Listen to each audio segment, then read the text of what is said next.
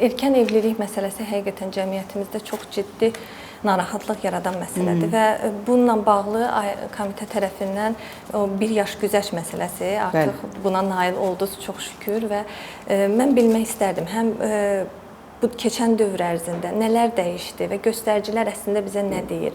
Və ümumiyyətlə Azərbaycanda erkən evlilik məsələsində statistik göstəricilər nə yerdədir? Biraz bu barədə və davamı olaraq da qohum evlilikləri məsələsi də artıq aradan qalxdı. Görünən mənzərə nədir? Nədən ibarətdir? Görünən mənzərə odur ki, bu sahədə ciddi dəyişiklik baş verməkdədir və biz artıq bunu müşahidə edirik. Bu da diqqətə layiq bir haldır.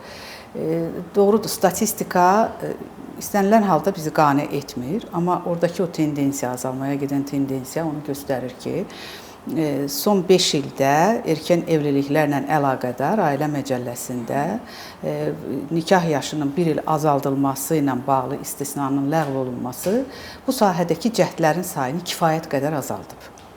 Və cəmiyyətin də buna aidi olan, yəni uyğun olan mövqeyini formalaşdırıb.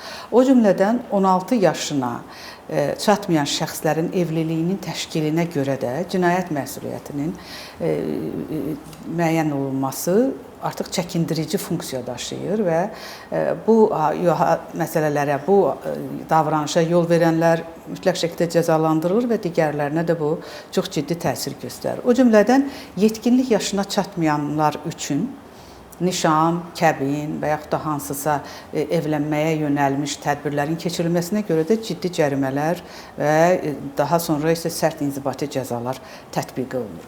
Mənim inandığım odur ki, bir keçmiş parlamentari kimi maarifləndirmə öz yerində, çəkindirici tədbirlər, layihələr öz yerində, amma qanuni çərçivə mütləqdir. Və ya olar, ya olmaz məsələsi hansısa kiminsə şəxsi rəyinə görə 1 il icazə verək və yaxud da hansısa bir negativ qanun pozuntusuna göz yumaq belə hallar olmamalıdır. Qanun öz sərt sözünü, öz sərt dili ilə deməlidir. İnsanlar da digər bütün qanunvericilik aktlarında müəyyən olmuş normalara əməl etdiyi kimi bu sahədə də normalara əməl etməlidir. Siz baxın, necə ola bilər ki, biz vurğuluyuruq ki, ailə cəmiyyətin əsasıdır. Bu həqiqətən belədir. Cəmiyyətin nüvəsində baş verən proseslər necə yalnız ailə daxili proseslər ola bilər? Bir halda ki, bu cəmiyyətdəki atmosferi müəyyən edir. Eyni zamanda cəmiyyətdəki insanlar arasında münasibətlərə mənfi təsir göstərir. Ona görə də qanuni düşüncəsi, hüquq düşüncəsi ilk olaraq ailədə qorunmalıdır. Erkən yaşdan hüquq düşüncəsi ailədə kim tərəfindən? Hüquq düşüncəsi olan valideynlər tərəfindən aşılana bilər.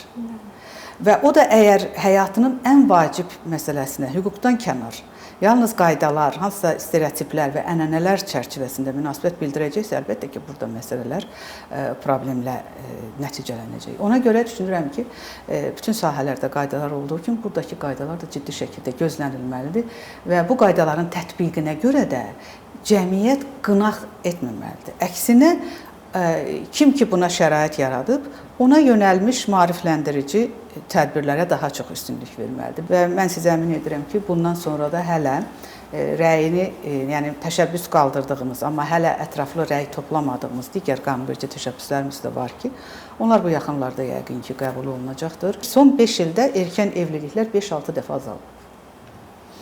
18 yaşadək analar tərəfindən doğulan uşaqların sayı 2022-ci ildə 2011 nəfər idisə, 2025-ci ildə 877 olub.